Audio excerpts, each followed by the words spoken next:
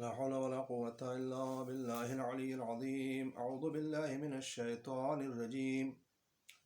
بسم الله الرحمن الرحيم.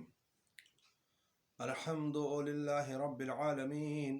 الصلاة والسلام على سيد الأنبياء والمرسلين وعلى أهل بيته الطيبين الطاهرين المعصومين المظلومين، ولعنة الله على أعدائهم أجمعين من يوم عداوتهم إلى قيام يوم الدين. آمين يا رب العالمين. أما بعد، فقد قال الله سبحانه وتعالى في كتابه المجيد وفرقانه الحميد وقوله الحق. بسم الله الرحمن الرحيم. وإذ ابتلى إبراهيم ربه بكلمات فأتمهن قال إني جاعلك للناس إماما قال ومن ذريتي قال لا ينال عهدي الظالمين. صدق الله العلي العظيم. اللهم صل على محمد. عزیزان گرامی قدر، محترم ناظرین کرام، سامعین کرام، سب سے پہلے میں آپ تمام افراد خدمت میں امام محمد تقی علیہ الصلوۃ والسلام کی ولادت بسعادت مبارکباد پیش کرتا ہوں، اور پھر اپنی جانب سے اور آپ سب کی طرف سے اپنے زمانے کے امام کی خدمت میں ان کے جد بزرگوار کے یوم ولادت کی مبارکباد پیش کرتا ہوں، اور بارگاہ رب میں دعا کرتا ہوں پروردگار ہمارے اس لیے اس پرسعادت دن کو اور اس گھڑی کو باعث برکت قرار فرما اور تمام عالم اسلام کی حفاظت فرما۔ عزیزان گرامی، بڑی خوشی کا موقع ہے، برکتوں کا موقع ہے۔ ماہ رجب کی شان، اس کی عظمتیں اور ہمارے ائمہ کی ولادتیں، یہ سب آپس میں صاحبان ایمان اور صاحبان ولا کے لیے جشن کا دن ہے، خوشی اور مسرت کا دن ہے، اور اس جشن میں فقط ہم اور آپ شریک نہیں ہیں بلکہ پوری کائنات مسرور ہے، پوری کائنات جھوم رہی ہے، کیونکہ اس گھرانے میں خوشی ہے جس گھرانے کی خوشی میں پوری کائنات کا ذرہ ذرہ خوش ہوتا ہے، جس گھرانے کی خوشی میں ہر صاحب دل، ہر صاحب ایمان خوش ہوتا ہے۔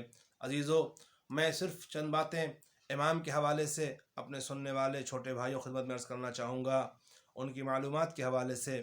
جس امام کی ولادت کی تاریخ ہے وہ ہمارے اور آپ کے نوے امام، نام محمد ہے، لقب تقی ہے، پہچان تقی کے اعتبار سے ہے، آپ کا مشہور لقب جواد بھی ہے، اور آپ کی تاریخ ولادت 10 رجب 195 ہجری۔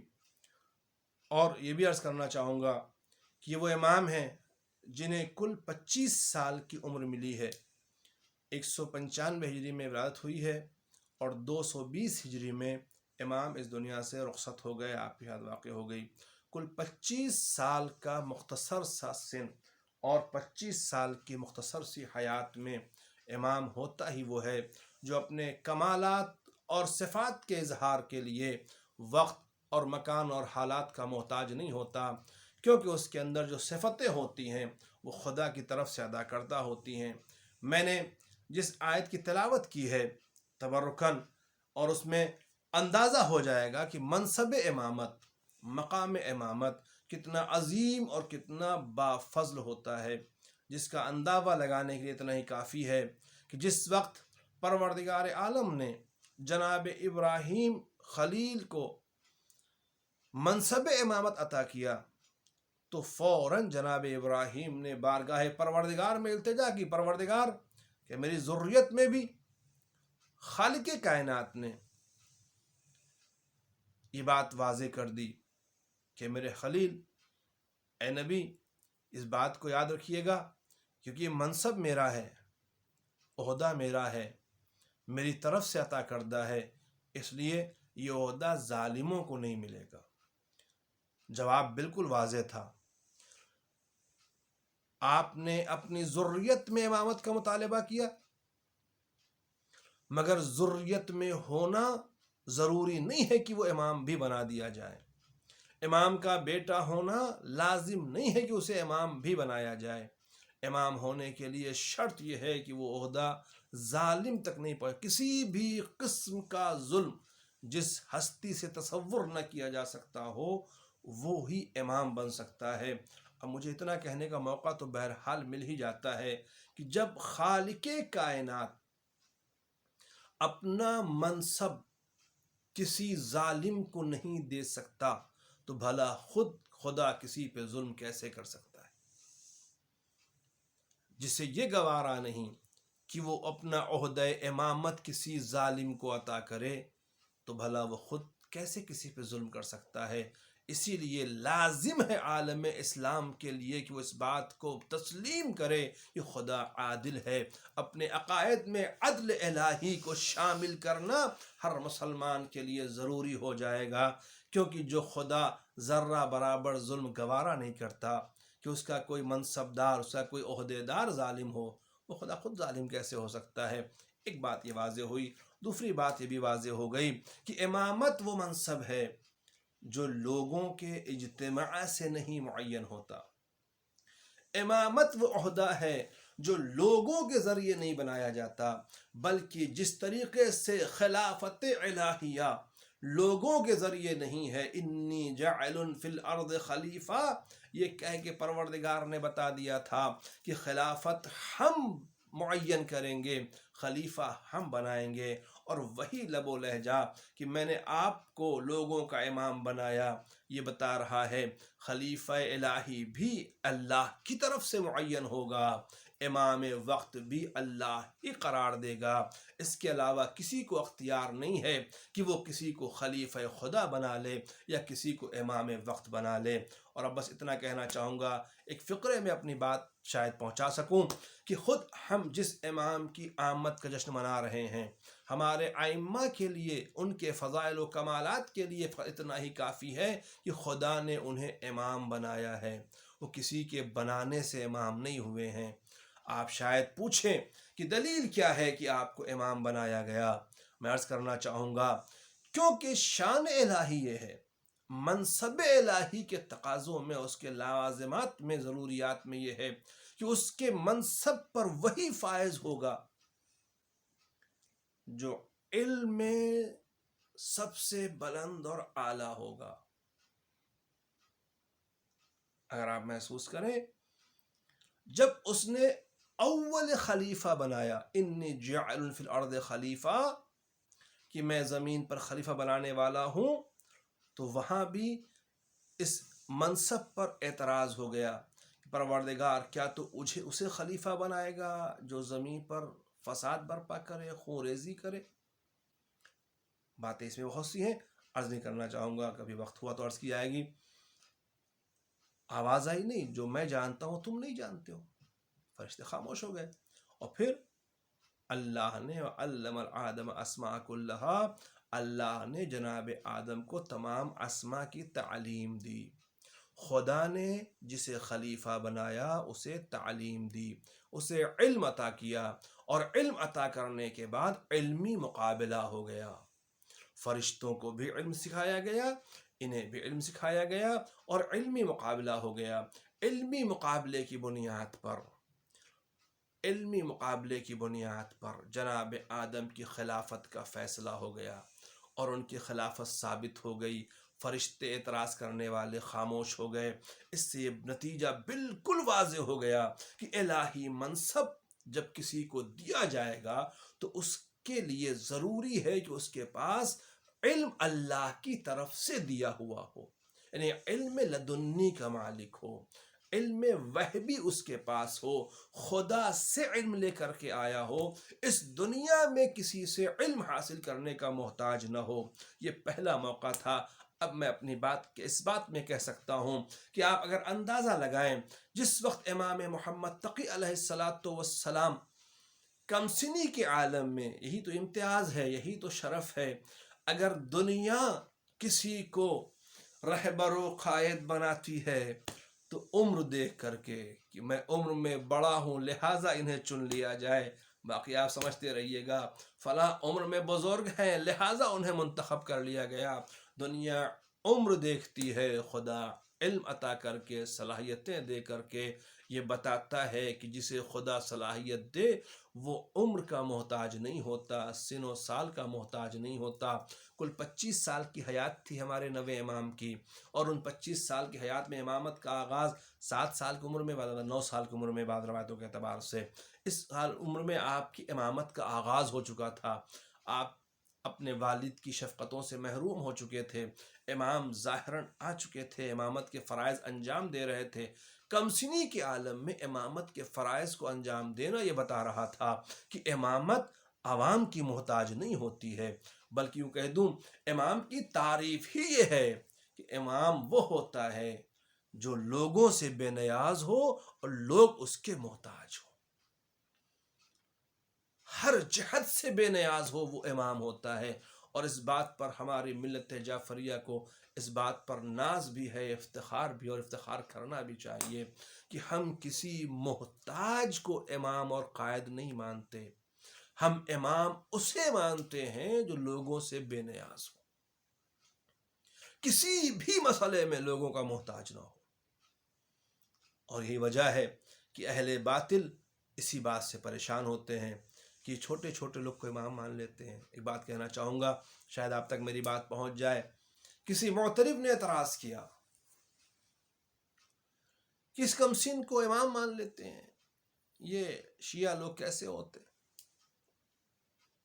مگر جواب دینے والے نے بڑا پیارا سا جواب دیا کہ اگر تمہاری سمجھ میں یہ بات آ جائے کہ امامت عہدہ الہی کا نام ہے، جیسا کہ پروردگار عالم نے قرآن کریم میں جناب ابراہیم کو جو بیان کیا، جو درج ہے کہ لا ینال عہدی الظالمین، کہ میرا یہ عہدہ ظالموں کو نہیں ملے گا، اس سے یہ بات واضح ہو گئی یہ امامت عہدہ الہی ہے۔ اور جب عہدہ الہی ہے، منصب الہی ہے، تو قرآن میں یہ دلیل بھی موجود ہے کہ جب اللہ کسی کو منصب دیتا ہے تو اس کے لیے عمر نہیں معین کہ صاحب اتنے سال کا ہو جائے تو یہ عہدہ دیا جائے گا، اس ایج کو پہنچ جائے تو یہ منصب دیا جائے گا۔ عزیزان محترم، غور کرنے کی بات ہے، دلیل قرآن کے اندر موجود ہے۔ جس وقت لوگوں نے جناب عیسیٰ کے اوپر اعتراض کیا کہ کہاں سے یہ بچہ آ گیا، کیسے آ گیا، جواب کیا ہے قرآن میں؟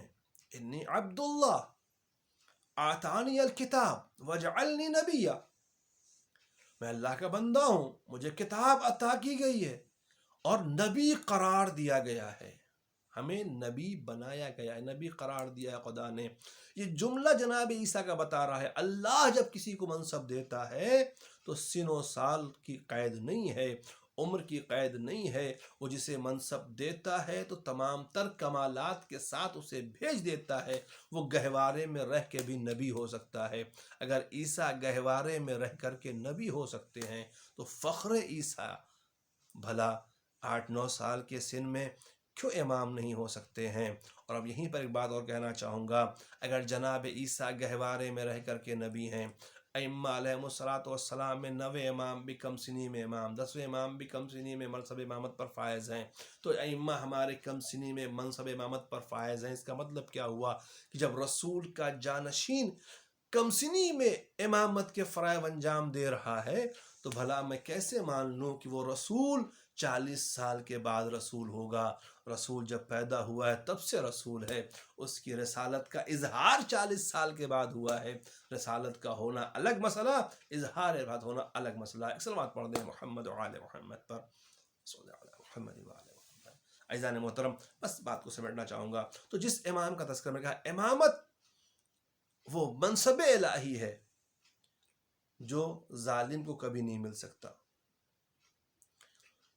اللہ اپنا منصب جسے دیتا ہے اس کے اندر علمی کمال، وہ علم سکھا کر کے پھر منصب عطا کرتا ہے۔ اور یہی فرق ہے کہ اس کے پاس جو الہی منصب پر ہو، اس کے پاس علم خدا، اللہ کی طرف سے دیا ہوا علم ہوتا ہے، اس کی طرف سے سکھایا ہوا علم ہوتا ہے۔ اب کتنا علم دیا جاتا ہے ایک الگ گفتگو ہے، الگ پہلو ہے۔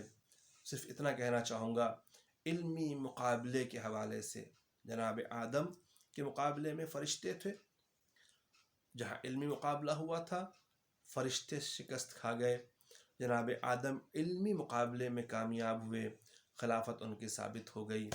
امام محمد تقی علیہ الصلوۃ والسلام کی کمسنی دیکھ کر کے حاکم وقت مامون کا زمانہ ہے، اور مامون نے یہ اعلان کر رکھا ہے، اس کے بارے میں مشہور ایک علم دوست تھا، اور اسی حوالے سے اس نے ہمارے اور آپ کے 8ویں امام کو بھی اپنا ولی عہد مقرر کیا تھا، اور اپنی بیٹی کے سلسلے سے عقد بھی کیا تھا، اور اپنا داماد بھی بنایا تھا۔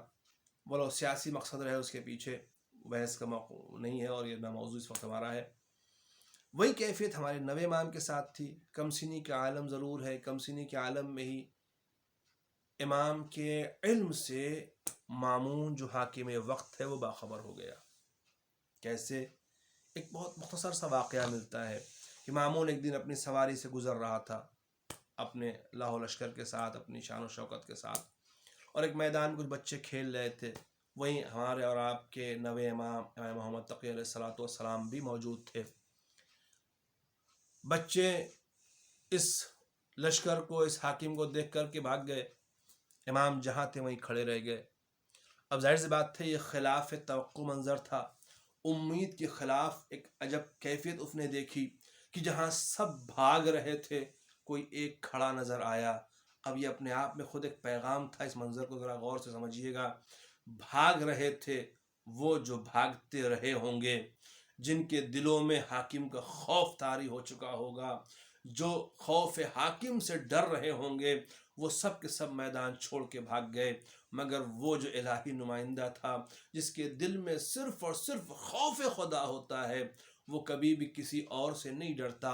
شاید یہی وجہ رہی کہ اس حاکم کو دیکھ کر کے مجمع چلا گیا، مگر جو امام تھا وہ اپنے مقام پہ کھڑا رہا۔ امام نے کھڑے ہو کر کے بتا دیا، یہی تو فرق ہوتا ہے امام میں اور عوام میں۔ عوام حاکموں سے ڈرتی ہے، امام صرف خدا سے ڈرتا ہے۔ اب بہرحال اپنے آپ میں ایک الگ گفتگو ہو جائے گی کہ عوام میں کیا سب ایسے ہیں؟ ایسے سب نہیں ہوتے۔ ہاں، جو لوگ امام کے پیروکار ہوتے ہیں ان کی کیفیت بھی یہی ہو جاتی ہے، وہ صرف خدا پہ ڈرتے ہیں، حکام سے نہیں ڈرا کرتے۔ بہرحال حاکم کے لیے عجب منظر تھا، یہ تعجب خیز منظر تھا کہ ایک کم سن بچہ میرے سامنے کھڑا ہوا ہے جس سے ڈر کے لوگ بھاگ جاتے۔ یہ بھی اپنے آپ میں عجیب بات ہے۔ بعض لوگوں کو بڑی خوشی ہوتی ہے اس میں کہ لوگ ہم سے ڈر کے بھاگ رہے ہیں، لوگ مجھ سے خوف زدہ ہیں۔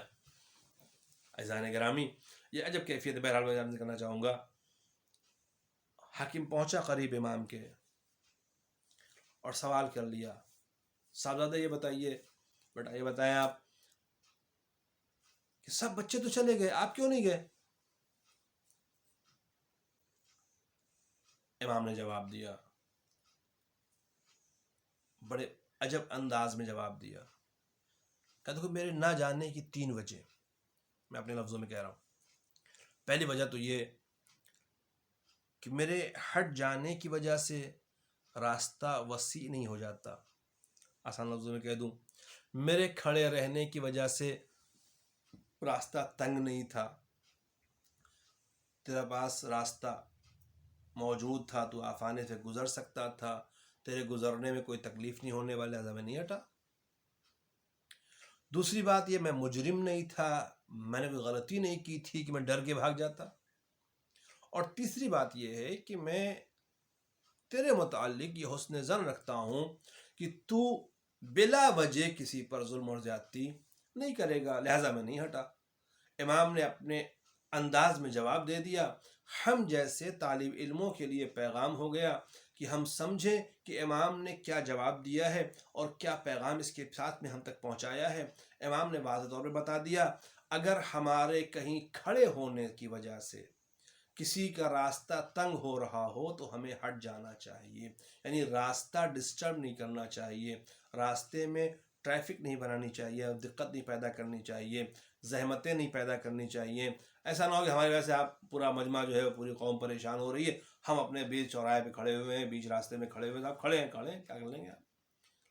دوسرا مرحلہ یہ ہے کہ اگر مجرم ہو تو ڈرنا چاہیے، کسی حاکم کے مجرم ہو تو اس سے ڈرنا چاہیے، اگر مالک حقیقی کے مجرم ہو تو اس سے بھی ڈرنا چاہیے۔ جرم کرتے ہو تو ڈرو۔ میں اپنے لفظوں میں کہہ دوں، شاید امام نے بتا دیا، ڈرتا وہی ہے جو جرم کر رہا ہوتا ہے۔ جو جرم نہیں کرتا اسے کوئی خوف نہیں ہوتا، مگر ہاں وہ خوف جو خوف خدا کہلاتا ہے وہ بربناء معرفت ہوتا ہے، عرفان کی بنیاد پر ہوتا ہے۔ معرفت کی بنیاد پر خوف کا پیدا ہونا یہ الگ کمالی پہلو ہوتا ہے، جرم کی بنیاد پر خوف کا پیدا ہونا یہ وہ دوسرا پہلو ہے خوف کا، کہ جہاں انسان پستی کی طرف جاتا ہے۔ لہذا اگر مجرم ہو، جرم کیا ہے، تو تمہیں ڈرنا چاہیے تھا۔ اور تیسری بات جو امام نے فرمائی ہے، حسن ظن ہے میرا۔ اللہ اکبر، کیا فقرہ ہے امام کا! یہ میرا حسن ظن ہے کہ تو بلا وجہ نہیں مارے گا۔ ہمیں سمجھا دیا ہر ایک سے حسن ظن رکھا کرو، بلا وجہ کسی سے بدظن نہ ہوا کرو، غلط مت سوچا کرو۔ ایزان محترم مرحلہ گزر گیا، حکیم کو جواب مل گیا، وہ سمجھ گیا یہ بچہ معمولی نہیں ہے۔ اس کا جواب بتا رہا ہے کہ یہ عام لوگوں میں نہیں ہے، خاص لوگوں میں ہے۔ یہی تو خصوصیت ہے امامت کے منصب کی، کیونکہ منصب امامت خاص ہے، لہذا جسے دیا جائے گا وہ بھی خاص ہی ہوگا، اس کا انداز بیان بھی خاص ہوگا، اس کے جواب دینے کا طریقہ بھی خاص ہوگا، اس کا لب و لہجہ بھی خاص ہوگا، کہ اسے خاص مقام پر معین کیا گیا ہے۔ اب وہ چلا گیا، اور جب واپس وہاں سے واپس آیا تو اب تاریخ کے فقرے یہ ہیں کہ اس نے ایک مچھلی کا شکار کیا، اور اس شکار کی مچھلی کو لے کر کے اپنے ہاتھ میں آیا اور امام سے پوچھتا ہے، یہ بتائیے میرے ہاتھ میں کیا ہے؟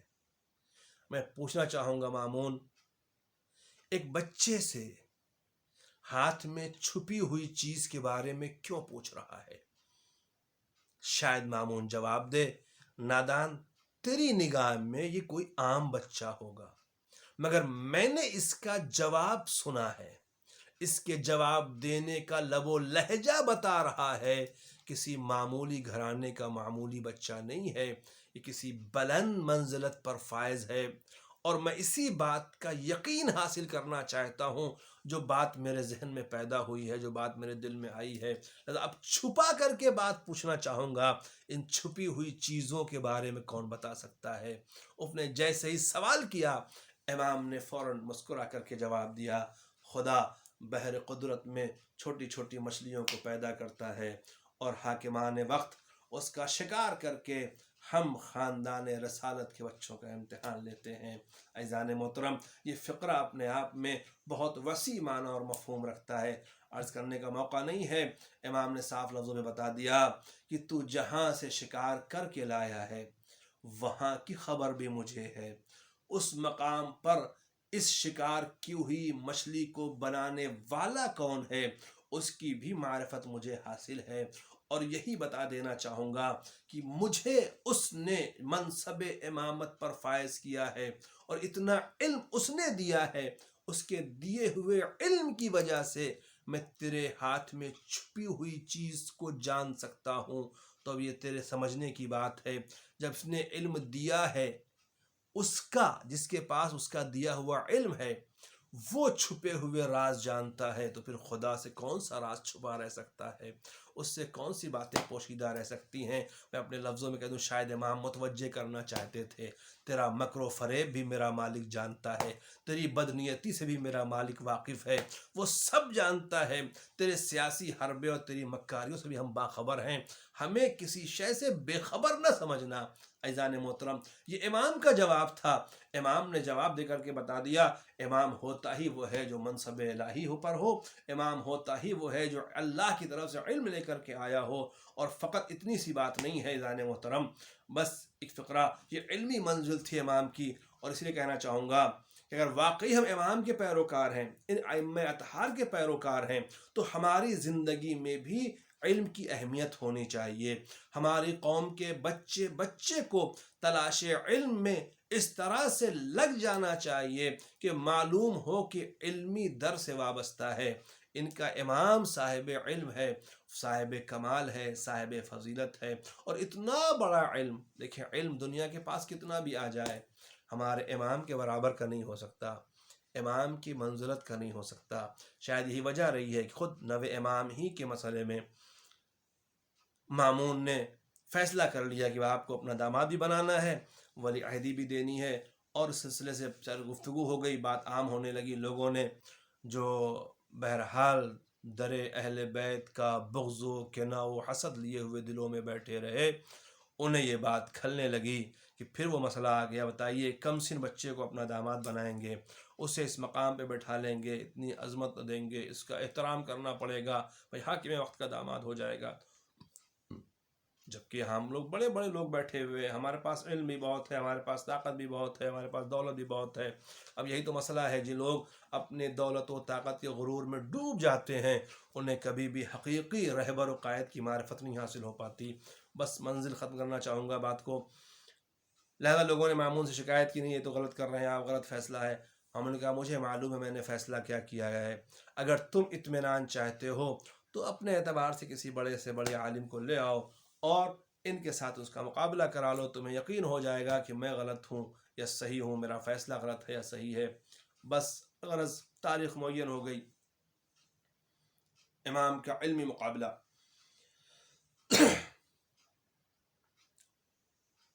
لوگوں نے اپنے اعتبار سے اپنے پورے دائرہ حکومت میں سب سے بڑے عالم یحییٰ ابن اکثم نام مشہور ہے، اس کو منتخب کیا کہ آپ کو محمد تقی، محمد ابن علی کا جو ہے وہ امتحان لینا ہے علمی اعتبار سے۔ اب میں اپنے لفظوں میں کہہ دوں، حاکم وقت کے سجے ہوئے دربار میں جہاں روایت تقریباً 900 کرسیاں علماء اور فضلاء اور تمام ماہرین علم و ادب کے لیے لگائی گئی تھیں، اور اس کے ساتھ ساتھ پورا دربار بھرا ہوا، پورا مجمع، اور یوں بھی ایک فطری سی بات ہے، نفسیاتی بات ہے، ایک بہت بڑے مجمع کو اور مجمع صاحبان علم و فضل کا ہو تو اچھے اچھے بولنے والے پریشان ہو جاتے ہیں، ان کے اوپر ہیبت طاری ہو جاتی ہے، بہت سی باتیں بھول جاتے ہیں، نہیں کہہ پاتے، نہیں بتا پاتے، اس مجمع کی ہیبت اتنی ہوتی ہے۔ شاید یہ اہتمام اسی طرح صاحب کی اس ہیبت کی بنیاد پر کچھ اثر ڈالا جائے۔ یہ سارا مجمع ایک طرف، اور اس کے بعد کا منظر یہ ہے کہ بادشاہ کے بالکل پہلو میں مسند لگی ہوئی، جہاں پر ایک کم سن سا نوجوان 8-9 برس کا سن، روایت کے اختلاف بنیاد پر 8-9 برس 7 برس یہ سن ہے، اور ایک بچہ دکھنے والا ظاہراً وہ بیٹھا ہوا، اور اس کے ٹھیک سامنے بالکل مقابلے پر اپنے زمانے کا بہت بزرگ عالم، عمر میں بہت بڑا، علم میں بہت بڑا، قد و قامت میں بہت بڑا، یہ دونوں آمنے سامنے بیٹھے ہوئے ہیں۔ تاریخ اور دنیا کی نگاہ حیرت سے دیکھ رہی ہے۔ دیکھنے میں تو مقابلہ بڑا عجیب لگتا ہے، ایک بچے کا مقابلہ ایک بہت بزرگ سے ہو رہا ہے، اور فیصلہ ظاہری نظر دیکھنے والے کہیں کیا بچہ بتا پائے گا اتنے بڑے عالم کے سامنے، مگر عجیب کیفیت ہے، عجب کیفیت ہے۔ زان محترم میں کیا عرض کروں، کاش آپ محسوس کر سکیں اس منظر کو، اس کے لطف کو۔ کچھ سناٹا سا چھایا ہوا، یہ ابن اکثم نے اس خاموشی کو توڑا، مامون طرف متوجہ ہوا، کیا اجازت ہے کہ میں ان سے کچھ سوال کروں؟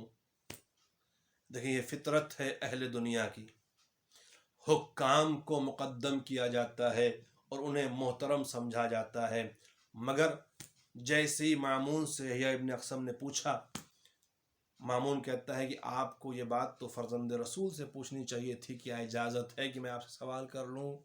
مامون نے ایک ہی لہجے میں، ایک ہی جملے میں بات واضح کر دی، میں جہاں تک میں سمجھ سکا اس نے سمجھا دیا، جب خاندان رسالت کا کوئی چشم و چراغ بیٹھا ہو تو اس کے سامنے کسی تخت پہ بیٹھے ہوئے حاکم کو اہمیت نہیں دینی چاہیے۔ اگر واقعی ذرا سی معرفت اور علم ہے تو پھر خاندان رسالت کے اس فرد کو اہمیت دینی چاہیے تھی تمہیں یحییٰ ابن اکثم، تمہیں مجھ سے پوچھنے کے بجائے اس شہزادے سے پوچھنا چاہیے تھا، کیا اجازت ہے کہ میں آپ سے سوال کر سکوں؟ بہرحال یحییٰ نے سوال کیا، وقت نہیں میں عرض کروں سارے سوال کی تفصیلات۔ اس نے سوال کیا کہ اگر کسی نے حالت احرام میں شکار کر لیا تو اس کا کفارہ کیا ہوگا؟ حج کا مسئلہ، احرام کا مسئلہ عام طور سے اچھے لوگوں کو نہیں پتہ ہوتا، بہت بڑے بڑے لوگ ان مسئلوں کو نہیں جانتے، حج کے مسائل سے باخبر نہیں ہوتے۔ اس نے یہ سوال کر لیا، امام نے فوراً کہا تمہارا سوال ناقص ہے، سوال مبہم اور غیر مکمل ہے، سوال درست کر لو۔ عزیزو اب اسے آپ محسوس کر لیں اس کی لذت کو، کہ کوئی بہت بزرگ انسان کسی بچے سے کوئی سوال کرے اور بچہ مسکرا کہے کہ آپ کا سوال صحیح نہیں ہے، سوال غیر مکمل ہے، سوال مبہم ہے، اس کو واضح کریں، اس کے اندر بہت سی شقیں پیدا ہوتی ہیں، بہت سی شاخیں پیدا ہوتی ہیں، اس کے اندر بہت سے اور جزئی مسائل ہیں، ساری تفصیلات نہ بیان کی جائیں مسئلے کا حل نہیں ہو سکتا۔ وہ اتنا کہنا ہی کافی تھا اتنے بڑے عالم کے لیے، اتنے بڑے بزرگ کے لیے، جو اپنے آپ میں بزرگ بنا بیٹھا ہوا تھا، کہ ایک بچے نے اس سوال کو ہی ناقص بتا دیا جسے تو نے اپنے اعتبار سے بڑا کامل سمجھ رکھا تھا۔ اب تو مقام حیرت تھا، خود تعجب میں سب نے محسوس کر لیا کہ اپنے آپ میں بہت بڑا دکھنے والا آج کتنا چھوٹا ہو گیا۔ میں کہنا چاہوں گا، امامت کے مقابلے میں بڑے بن کر کے آؤ گے تو چھوٹے ہی ہو جاؤ گے۔ یاد رکھنا، تاریخ گواہ ہے اس بات کی، اس در پہ بڑا وہی بنتا ہے جو چھوٹا بن کر کے آتا ہے، اور جس نے اپنے آپ کو یہاں بڑا بنانے کی کوشش کی ہے وہ چھوٹا ایسا چھوٹا ہوتا ہے کہ پھر کبھی سر اٹھانے کے لائق نہیں رہ جاتا ہے۔ تاریخیں گواہ ہیں، اللہ کی بارگاہ میں باتیں بہت سی تھی۔ میں دعا کرنا چاہوں گا، پروردگار اس امام کی برکتوں سے، امام کی عظمت کے صدقے، امام کی ولادت کی سعادتوں کے صدقے تمام اہل ایمان کو تمام آفات ارض سماوی سے محفوظ فرما، اور ہم سب کی